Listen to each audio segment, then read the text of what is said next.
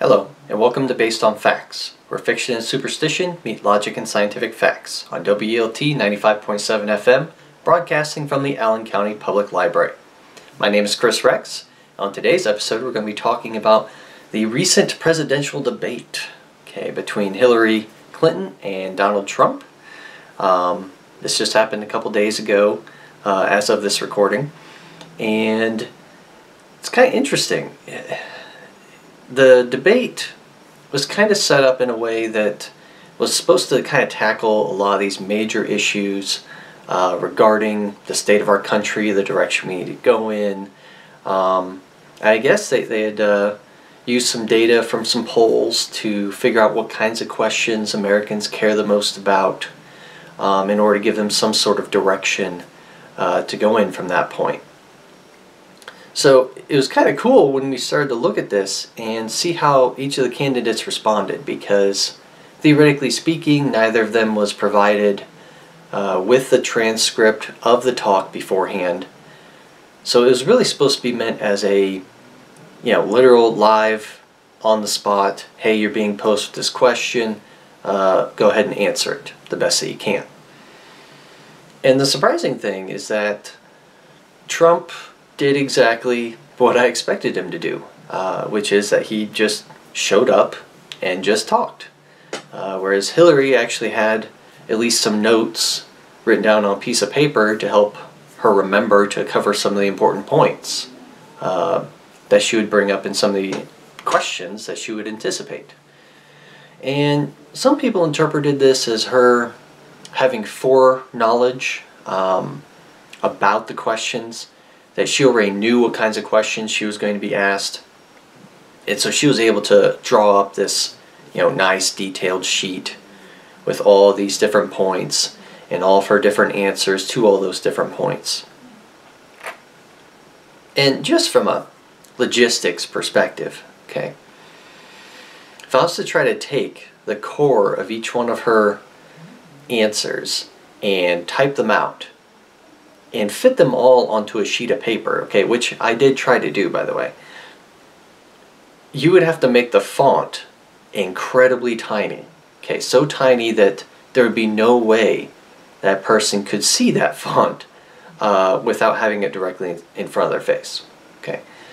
So from her looking down at the paper, from at least 1.5 feet away or whatever, there's no way that she could have possibly been prepared for every single question and to have an answer for every single one of those questions.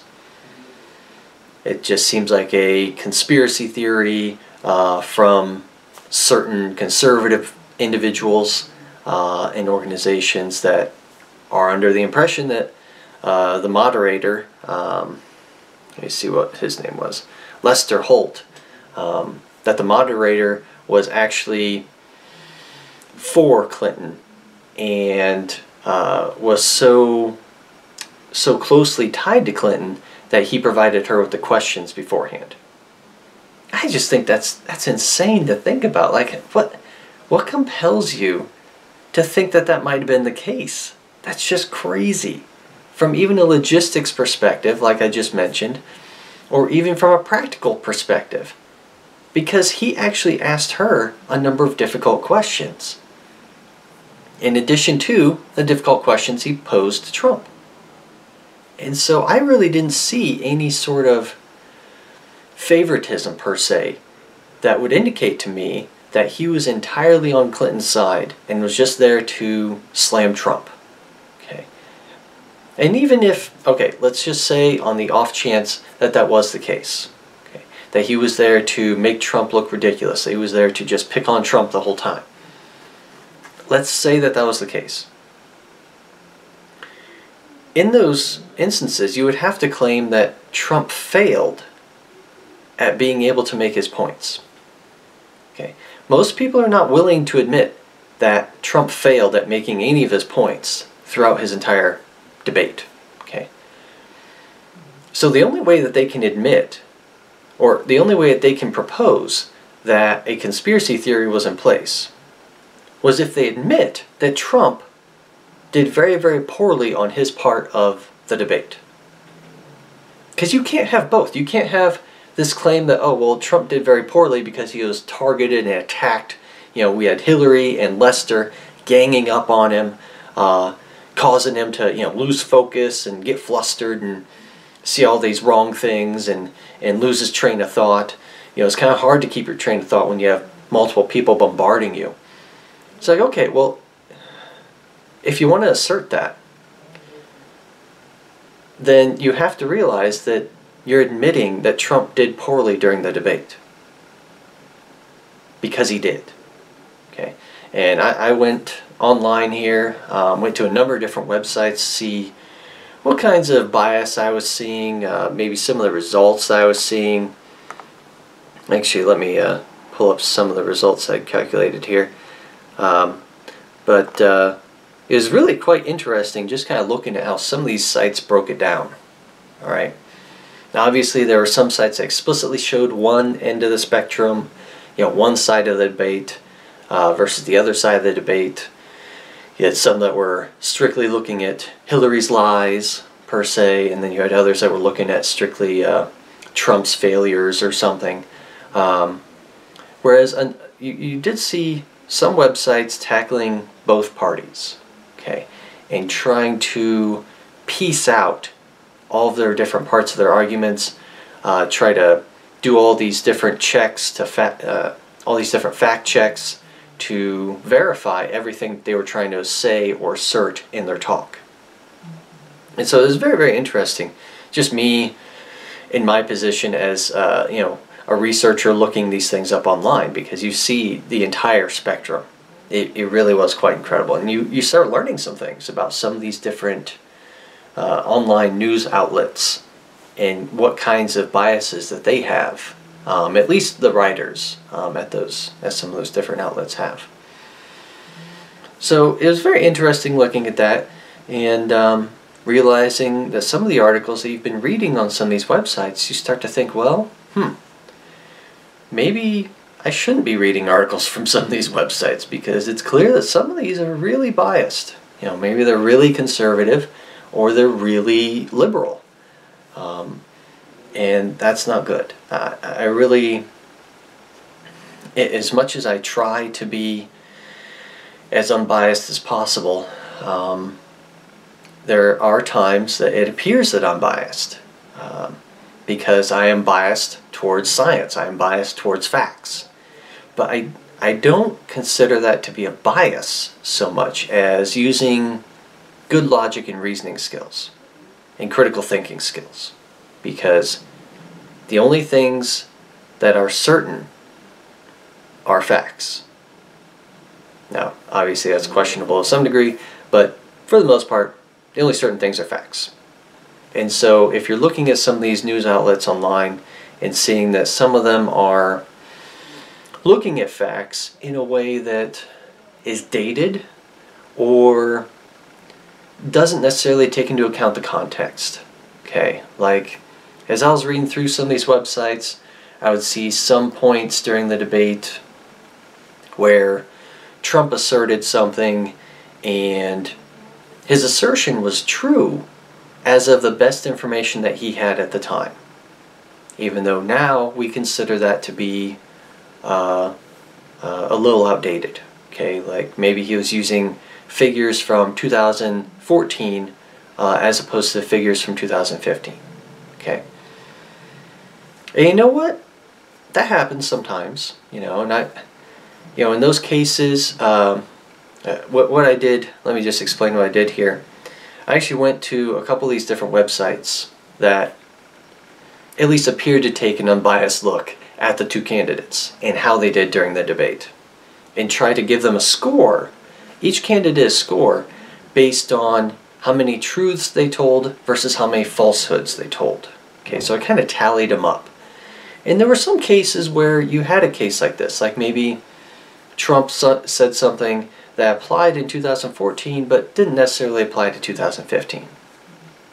So in that case, I would give him half credit. Okay, it was kind of a half truth but half falsehood because he was kind of using outdated data. Now, Hillary had similar things, you know, to where she might have asserted that, hey, Trump didn't pay taxes, didn't pay any federal taxes during these years. And the truth of it is that he paid federal taxes for 2 out of the 5 years. Okay, so I also gave her half credit because she was about half right in saying that there were some years that he did not pay federal taxes. And so I tried to take that kind of unbiased look at each of the candidates and try to give them the benefit of the doubt to some degree, give them some partial credit for answers that really are kind of right, but they're also kind of wrong. So I did try to score each candidate like that. After going through a couple of these websites, once again, a couple different websites, PolitiFact, FactCheck, and NPR were the 3 big ones that I hit up. They all really showed the same type of picture, okay, which was that, generally speaking, Trump told a lot more falsehoods than he did truths.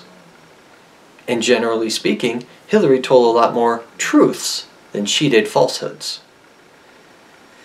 Okay, now that's not, you know, getting at the quality of either of their arguments per se. It's just that more often than not, lying Hillary was not lying. And that's why it kind of kills me on the inside when I hear that term being thrown around, because during the debate, where we're actively fact-checking her from a variety of sources that were pretty much unbiased, she was telling the truth more often than Trump was. And in some cases, as much as 10 times. I'm sorry, not 10 times. In some cases, as much as 5 times more often than Trump was. Okay, which is pretty crazy. You know, the most extreme scenario that I saw was that Trump told 10 times as many lies as Hillary did. That's pretty crazy. Pretty crazy as she gets labeled lying Hillary when Trump is sitting here and telling 10 times the number of lies that she is. That doesn't compute for me. My brain just quivers and explodes at such a biased, unfounded belief. It just, my gosh, I can't even talk. It's crazy.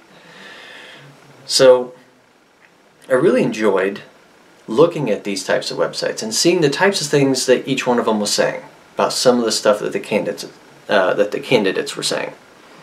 So just go on a few examples here. In this case, I'm just going to kind of look at some of the things that PolitiFact mentioned, because they gave some very nice little brief blips about each one of the candidates and some of the things that each one said.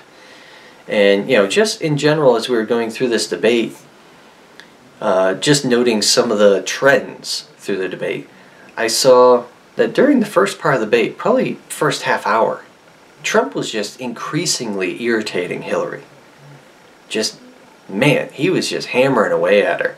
And it took her a while, but she finally started breaking down and firing back. I'm sure she's going to catch some flack for that. I'm sure she has been catching some flack for that, because she did break down. She did resort to some low blows, so to speak.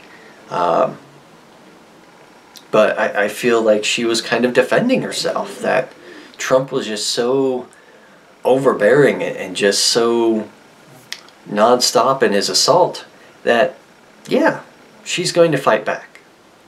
Even if it's something that's not necessarily the most mature way to go about it. You know, Hillary brought up some of these things that, you know, aren't necessarily founded, and are really just kind of, I don't know, they're kind of petty, I guess.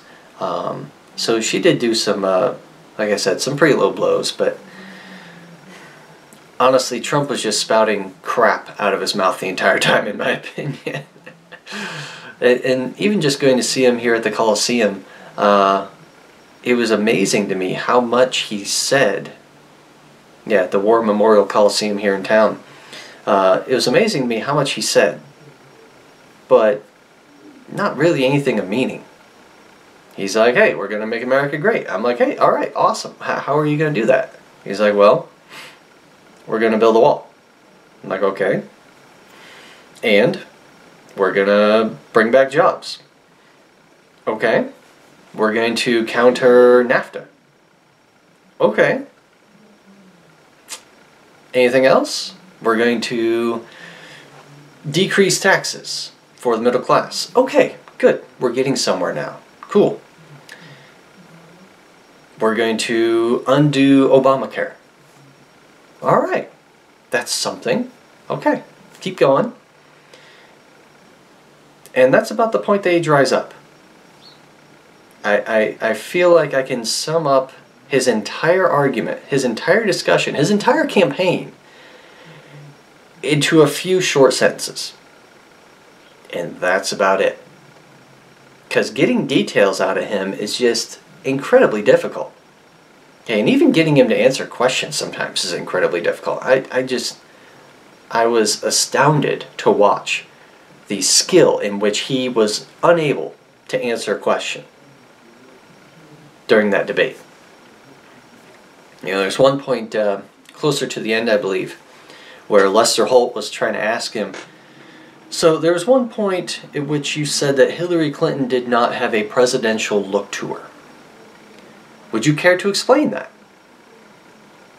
And he's like, yeah, well, I mean, I don't know if I so much meant a presidential look. I think I was more talking about her charisma and how she didn't have the stamina, or I'm sorry, stamina is what he said, not charisma.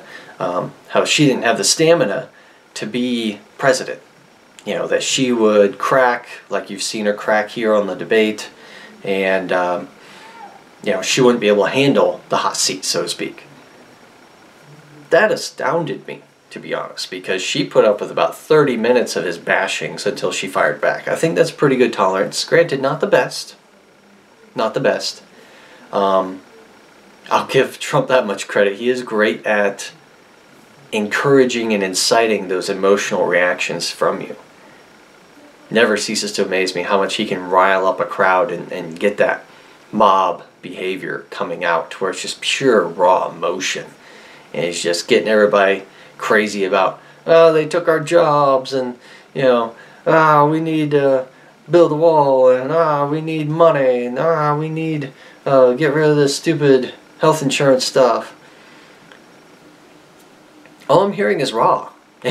In the beginning of each one of those sentences, you know. It's just like, yes, let's go to war against ourselves. Okay.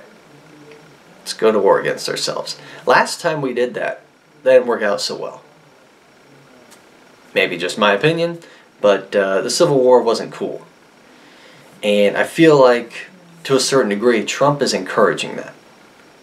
And that is incredibly dangerous.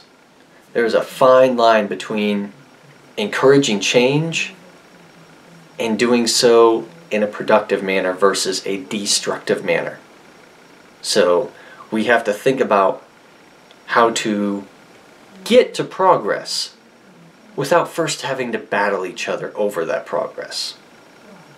Because that just doesn't make any sense to me. Like, why would you literally encourage people to come up in arms and be like, Hillary's taking all of our guns, so we need to take up all of our guns and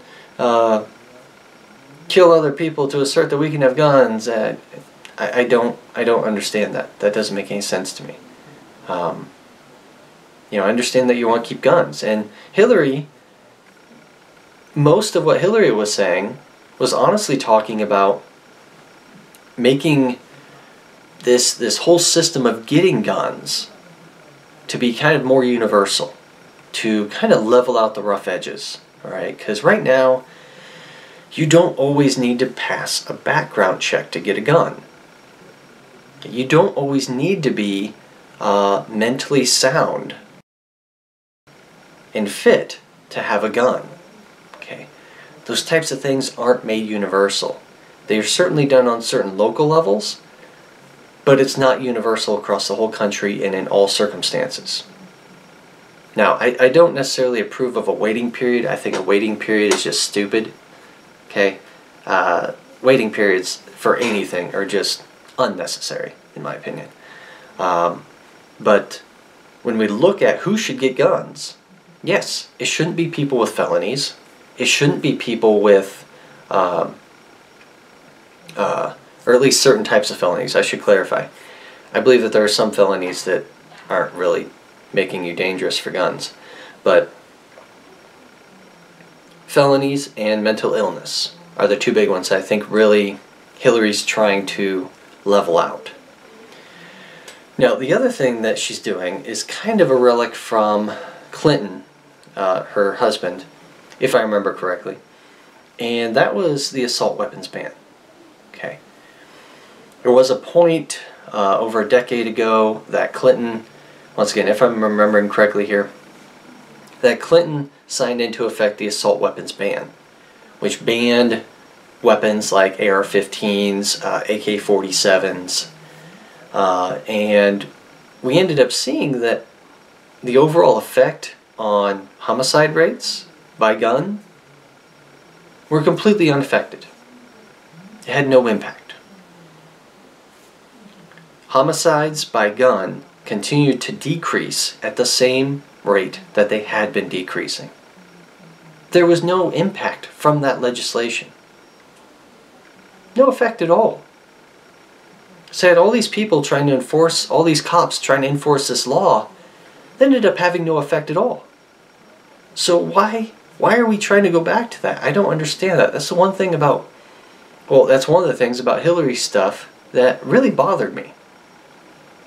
I just don't understand why we would want to try again something that was shown to be ineffective.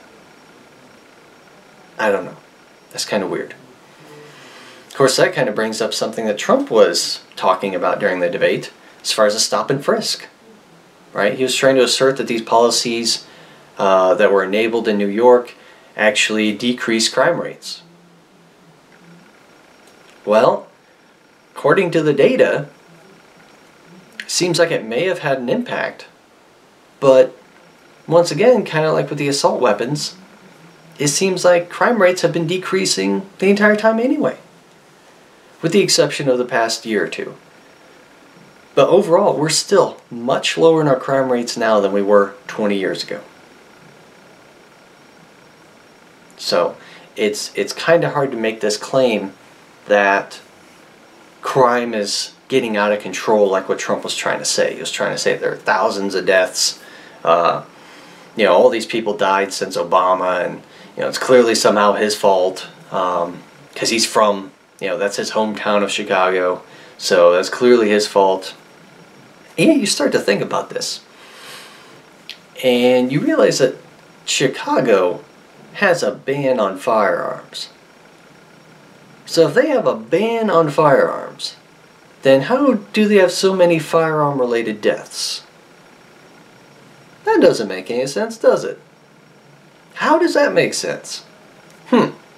Banning firearms does not impact deaths.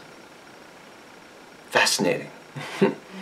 I just don't understand the gall of some people who sit here and try to assert that, oh, well, if we just ban all guns and try to be like, Europe or England or whatever, we'll minimize deaths in America. It's like, well, okay. Trying to do that in one of the biggest cities of America doesn't work. Where do you think that's going to go if we try to do that? You're just going to make a lot of people angry, and you're not going to get anywhere. I think we'd have better luck banning alcohol than banning firearms. And we all know how well that worked out during the Prohibition period. Yeah. So, needless to say, I think Americans are kind of past that point that we could possibly have a chance of banning firearms, especially since it's so embedded in the Constitution. So, nobody's going to try to do that. Obama didn't try to do that, as much as some people were trying to say he did. He never really tried to take away our firearms. And people are using the same arguments, the same types of people, funny enough, the Republicans, predominantly, are saying that Hillary is trying to take away all your guns. And trying to incite fear and emotion behind that to try to get you to move behind them. But when you break it down, you start realizing, well, That's not true. Hillary doesn't want to take away our guns. I mean, yeah, she's proposing an assault weapon ban. Okay, that is bad. I agree. Then vote for senators, vote for congressmen who will vote against that if she goes to try to pass that bill. That's simple. Real simple. Start at the lower level, and they can actually strongly influence what the top level does. It's just that simple. So if other people actually look at the data and see the same thing that I saw, which was that assault weapon ban didn't work, then look at that. It's not going to go through anyway, even if she does try. So what's the point? There's no point in arguing about it if it's probably not going to go through anyway. I would think a similar situation with Trump and his wall. You know, if you want to support Trump, you're like, well, I think that wall thing's a bad idea. I don't think it's going to work out. I really don't want to vote for him just because of that one aspect. And you start thinking about it and you're like, well, what are the realistic chances that he'll get that passed and that he'll be able to do that and follow through with his promises that Mexico's going to help build, or at least help pay for building that wall? It's just like, well, don't really see that as being a high probability, okay? As much as people respect him and think that he can do anything he puts his mind to because that's the way he was brought up from his father, I don't think his chances are great that he's going to end up building a great wall between Mexico and the United States. I just don't see that happening. Likewise, I don't see people judging a candidate just because they don't agree with one or two things. People are going to vote for the candidate that agrees with most of their ideals and that really rallies their emotions towards these causes. And that's what scares me about Trump, is that he is great at rallying people behind him. Okay, he is great about saying things that are, you know, those cries by Mel Gibson and Braveheart, you know, they can take our lives but not our freedom. You know, it's the same thing. Because during that speech, Mel Gibson is not saying at any point how he's actually going to take on and win a victory over the British. At no point during his speech does he say that.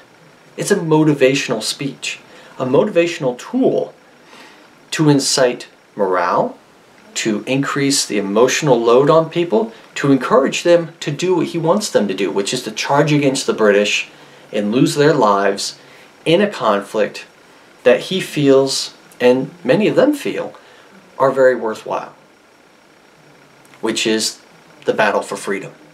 Okay, at least in the case of Braveheart and the Scottish trying to win their freedom from the English. I see the same thing, at least some of the same tools being used by Trump. The fact that he's trying to rally the conservatives behind him and trying to plow through all of the liberal arguments.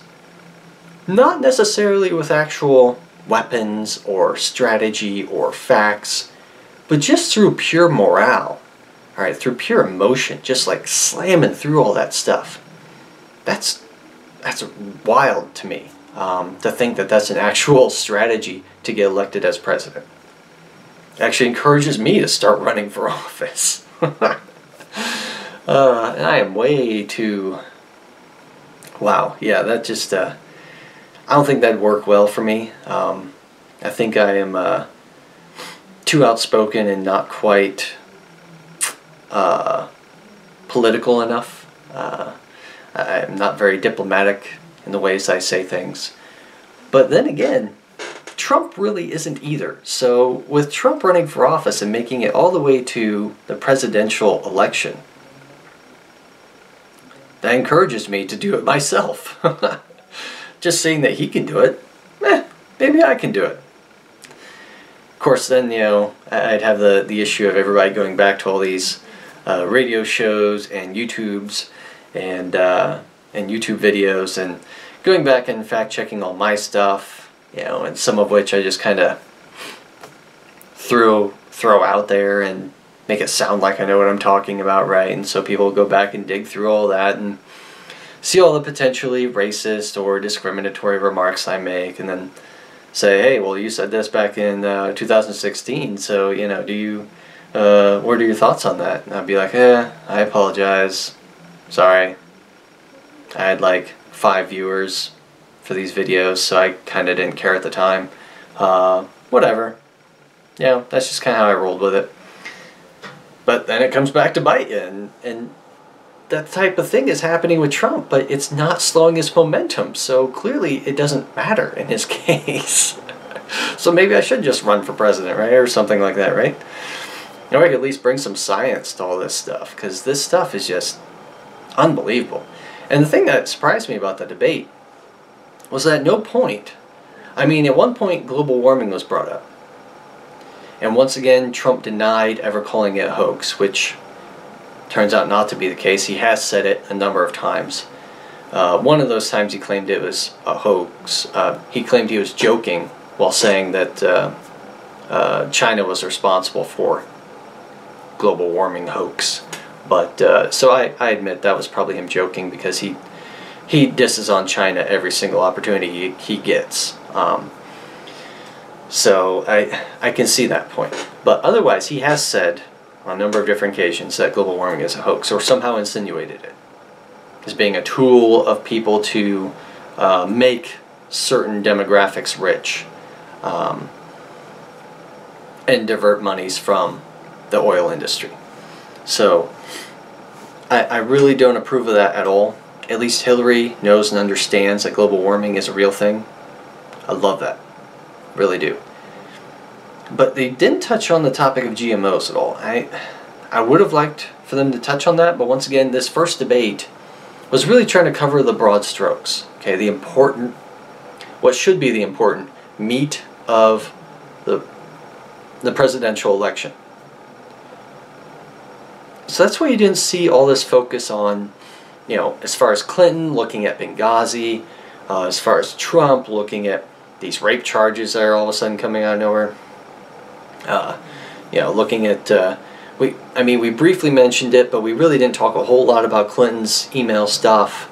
You know, and we didn't look at Trump and how, even though he's so pro-American and wants to keep jobs in America and create jobs in America, we didn't look at how his daughter outsources all of her manufacturing to China, or at least overseas.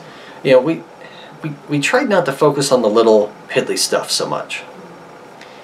It's just that when Trump says certain things and tries to assert certain things during the free discussion parts of the debate, that's when we have to sit there and be like, well, fine, if you want to talk about it, let's talk about it. And so those are the points that Lester Holt directed to him, you know, or even Hillary during those parts, and is like, hey, can you elaborate more about that then? If you're bringing it up, let's talk more about it. And that's kind of an important point. I thought that was great. And, you know, at the first bit of the debate, we started working through these topics, and Trump was getting his crowd riled up.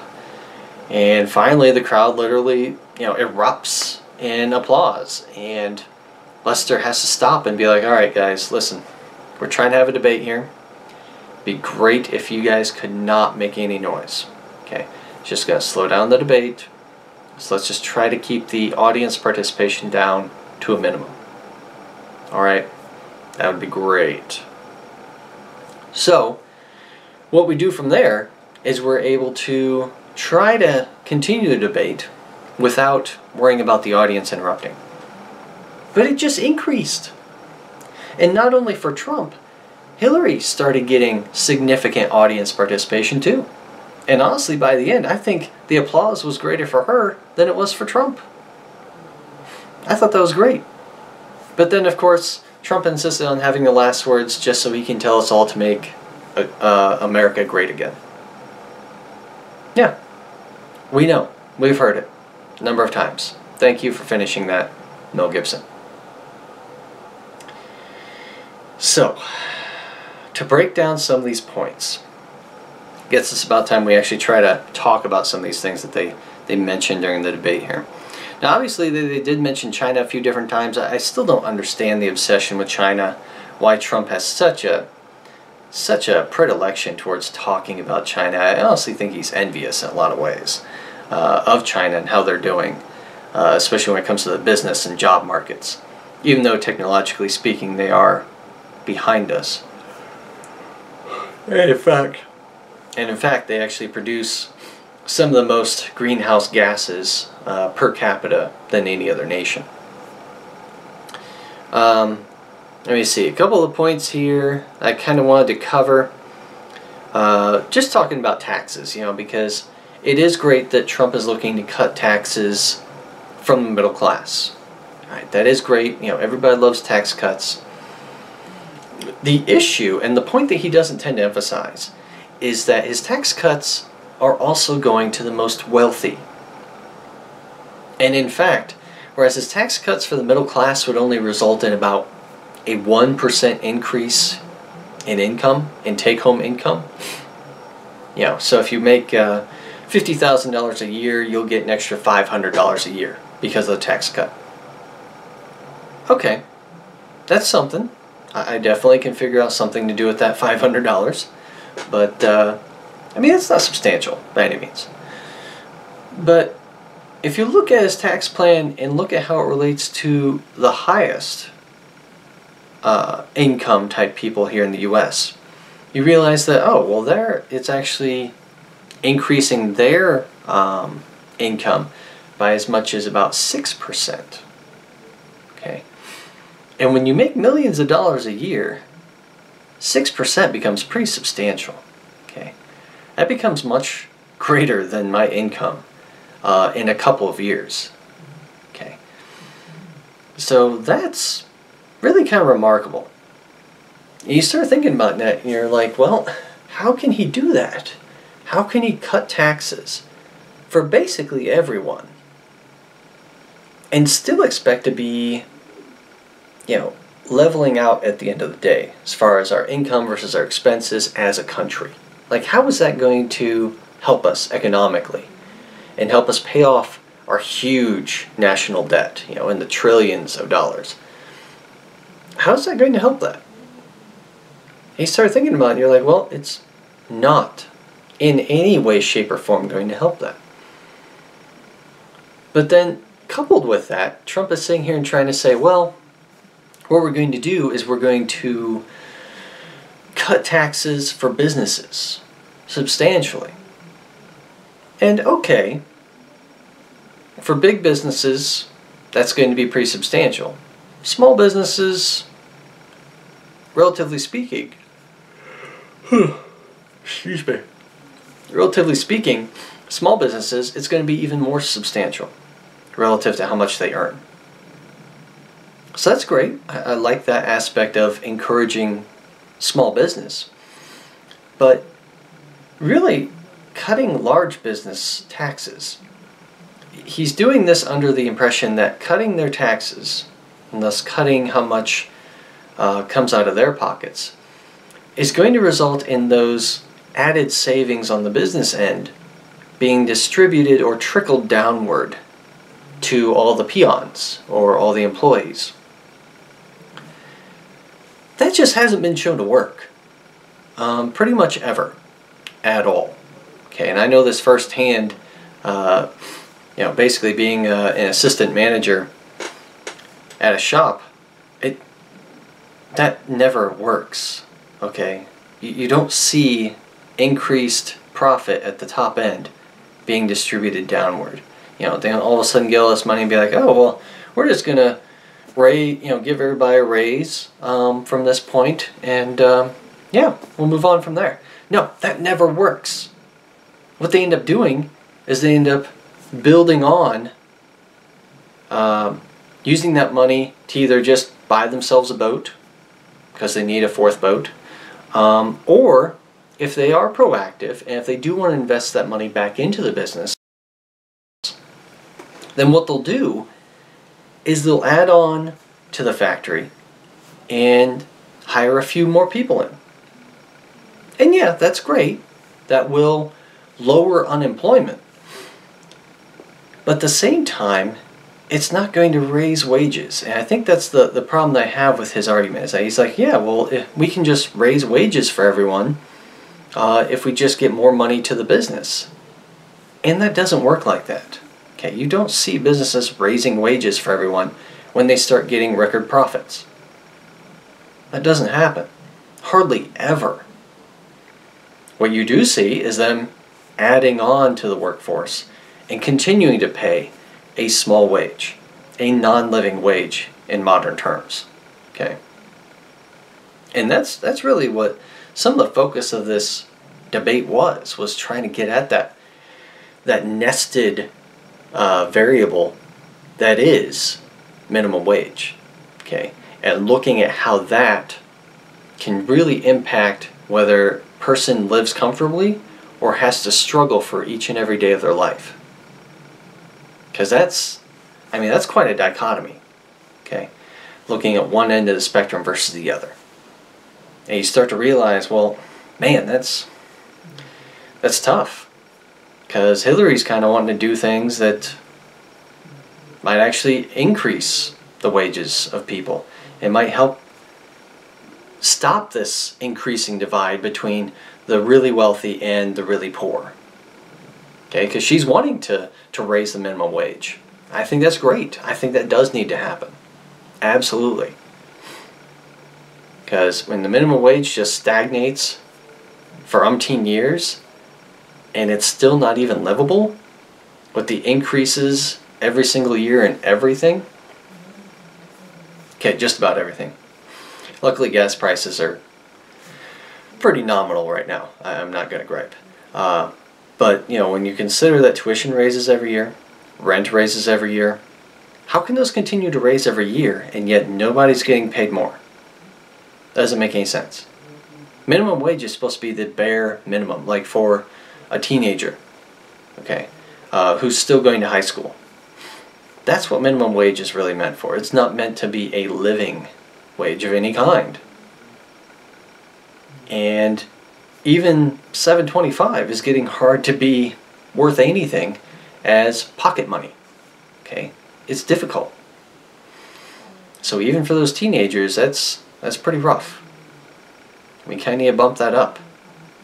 Because as of right now, we're having an increase in the amount of rich and a increase in the amount of poor and a decrease in the middle.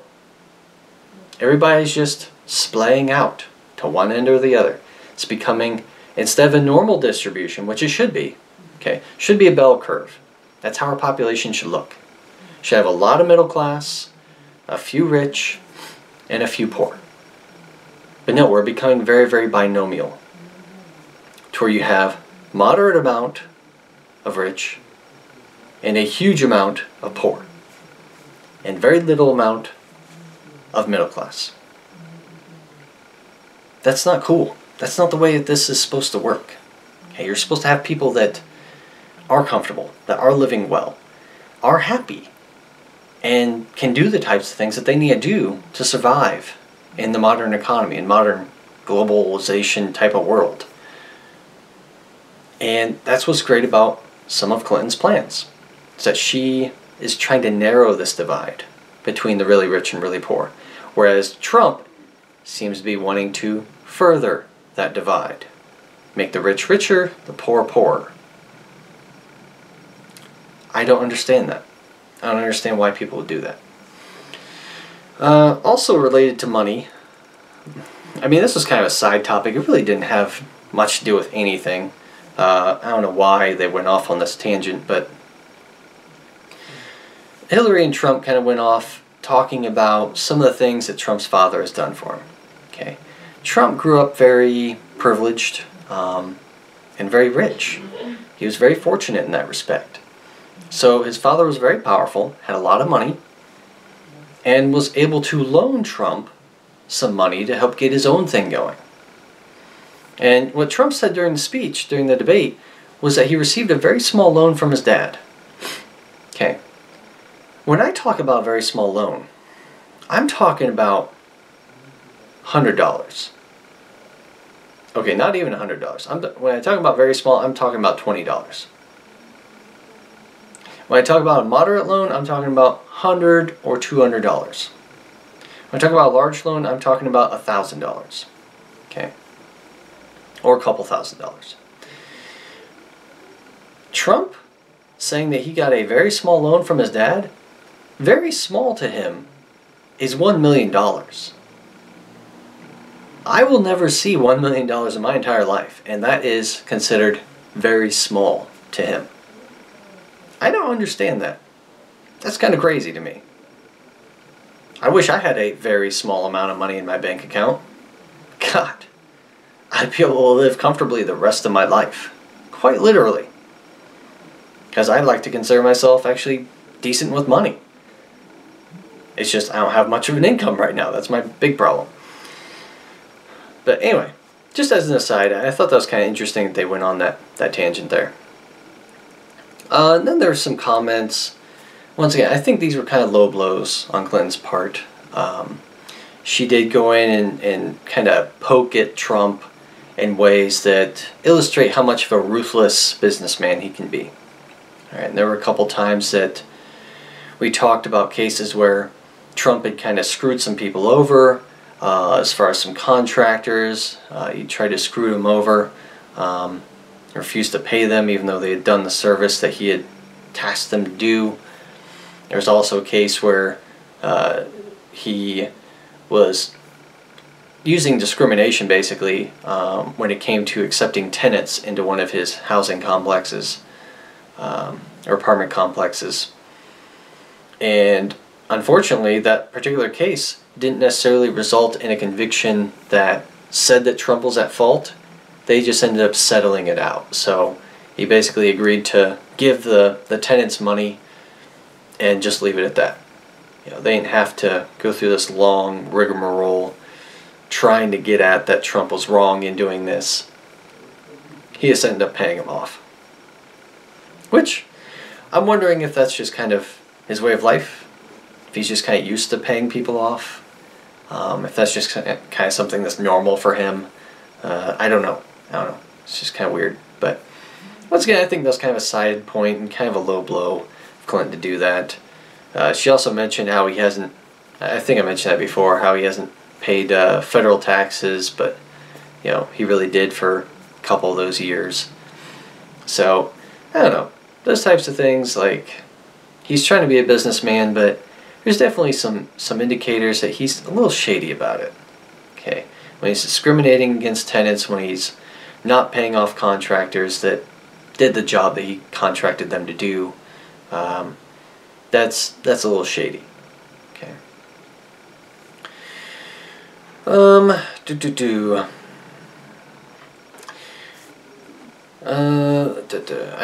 Trump did say some things about Obama that were kind of true and in other ways not true. You know, he tried to assert that a lot of problems were due to Obama directly and due to the stuff that his administration had done during the past 8 years. And it kind of bothers me just because, I mean, Obama came in during this Great Depression. And so he really had a tough job to try to pull us out of this Great Depression and try to cement in place some changes that might continue us on a more upward kind of stroke. So he had a hard job to do, undoubtedly, but I don't know. There were definitely some things that Trump was saying that kind of rubbed me the wrong way, trying to attribute all these things to blaming Obama when really it was kind of a product of the time that Obama was in. Okay, so I honestly think Obama did a decent job with trying to recover the economy during that time, because Trump was trying to say, well, we're in the slowest, most sluggish, pathetic recovery that I could have imagined, basically. And it's like, well, you know, unemployment is back to the percentage rate that was before this whole depression thing happened. So I don't think this is a slow recovery. Now, he was kind of right when he's looking at the GDP, saying that hasn't quite recovered as much. But at least from an employment perspective, unemployment's actually really nice right now. Okay, some of the lowest levels in the past 8 years. Or it is the lowest level in the past 8 years. Go back further, historical unemployment levels don't get much lower than this. Okay, I think the next lowest point on the graph was sometime during the 80s or maybe the 70s. Okay, so really we're doing pretty well when it comes to unemployment. Actually doing pretty well. So I don't get how Trump is trying to assert that we need jobs, that these trade agreements are sending all of our jobs overseas, that automation is just ruining the U.S. economy and putting millions of people out of their jobs. Because the unemployment rate is low, really low. So I don't know what numbers he's using to assert these claims. And you know, even going to hear Bill Clinton talk when he came to town, it was great listening to him because he actually said the facts. It was awesome. I loved hearing the facts. Bill Clinton was up there and he was saying, hey, we are doing great on jobs. We might be able to still make it better. But for the most part, our jobs are doing great. You know, the Obama administration has done a great job at adding all these jobs, bolstering the economy, trying to get people out of that unemployment bracket and get it to where they can actually support their families. Okay, that's awesome. But man, just some of the things Trump says, just, I don't know. I don't know where he comes from sometimes. Now, I will give him credit on this. Okay, he did have one point relating to jobs that was a legitimate point. He mentioned that Pennsylvania has lost manufacturing jobs by about 30 to 40%. And he's absolutely right. Okay, in Pennsylvania, they've lost 35% of their jobs since 2001 in manufacturing. But, once again, you still look at how these places have done overall as a state and their unemployment rates. It's not like it's skyrocketed. Okay, it's been falling over the past 8 years, just like everyone else's has. There have been more jobs to take up that vacuum from the manufacturing jobs. So, sure, we could probably use more manufacturing jobs, but it's not like it's a dire crisis by any means. Alright. And then there was some back and forth between Trump and Hillary about something that she'd said a long time ago relating to a trade deal.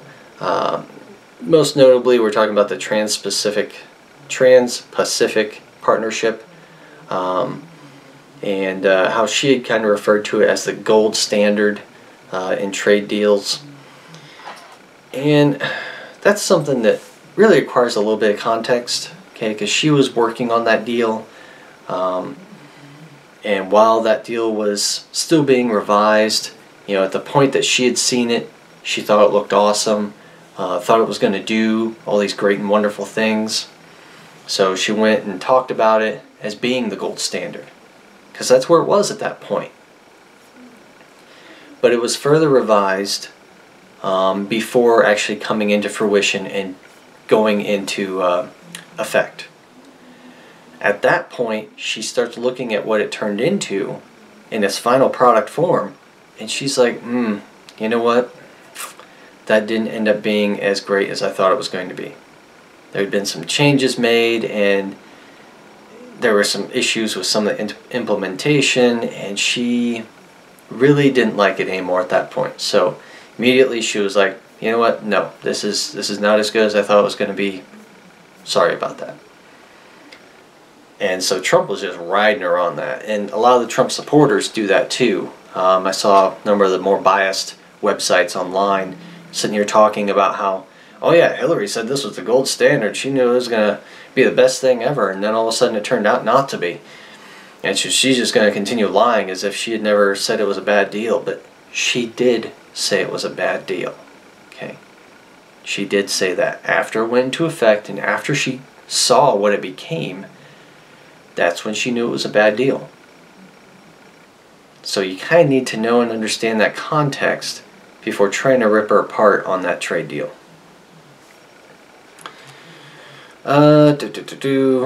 Yeah, I don't understand what the whole issue was with Trump and talking about his tax returns and how he's currently being audited by the IRS, but he doesn't want to release his tax returns because it could jeopardize the audit process, even though in reality it likely has nothing to do with the audit process and he can probably do it just fine. And Hillary was kind of big on nagging him about that, but I really don't see what importance any of that has. He gets audited every year. Made sure he hasn't released publicly his tax returns in a while, but I still don't understand what relevance that has. That was kind of petty of Clinton to do, try to rag him on that. But it does kind of indicate that he's trying to hide something. Okay, and since he started ripping into Hillary about the whole email scandal and her wanting to hide stuff, it was kind of ironic. And I love that Lester Holt picked up on that. And he's like, hey, okay, let's break this down. Trump, if Hillary could recover those emails and release them to the public, would you release your tax return? Lester Holt asked him a straightforward question. Trump never answered. And that wasn't the only time he didn't answer Lester Holt's question directly. You know. But he didn't answer really. He's like, well, I can't do it because I'm currently being audited. That is a crap excuse if I've ever heard one. You can release it whenever you feel like. They're your tax returns. Okay? You're not going to jeopardize the audit process. We've had previous presidents who have released their tax returns during an audit and nothing bad happened. You can do it. It doesn't jeopardize anything. But then later on, like I said, there's another instance where Lester Holt was asking Trump about, hey, you said that Hillary doesn't have a presidential look. What do you mean? Trump deflected. He started talking about Hillary's stamina. And it's like, what? Okay, but you're not answering the presidential look part. You're talking about stamina. And so Lester Holt tries to reiterate. He's like, well, no, but you said she had a presidential look, and that's where Trump like cut him off. And he's like, hold on. You asked me a question, and I'm trying to answer it. And then he proceeds to talk more about stamina. And this happened 3 times. There were 3 times that Lester Holt tried to ask Trump one question. What do you mean by saying that Hillary does not have a presidential look? And at no point did Trump actually answer that. Never. And yet some people, some conservatives online are going, well, Lester Holt never gave them an opportunity to answer that. He just cut him off. It's like he cut him off because he kept going on about stamina. We weren't talking about stamina. We were talking about presidential look. Unbelievable. So, anyway, there's just some of my thoughts on the presidential debate. Just looking at some of the facts here. Maybe going into a little bit about what I interpreted from the debate. And really the end result is probably not going to change anybody's mind. That's the sad part. Even with all this fact checking showing that Hillary told the truth way more than Trump did during the entire debate, she's still going to be called Lying Hillary. Trump is still going to be referred to as, you know, encouraging trumped up politics. You know, it's not going to change anyone. I hate that. We just need to look more at the facts and try to use these to actually gauge who to vote for. But no, everybody's voting on their emotions.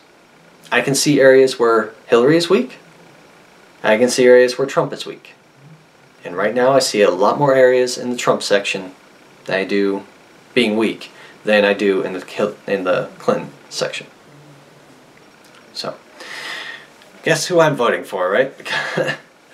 Alright, well thank you so much for joining me on this week's Based on Facts episode. Hope that you at least were entertained along the way. My name is Chris Rex. You can find us on Facebook and YouTube just by typing in Based on Facts in a search bar. Thank you so much, and have a great one.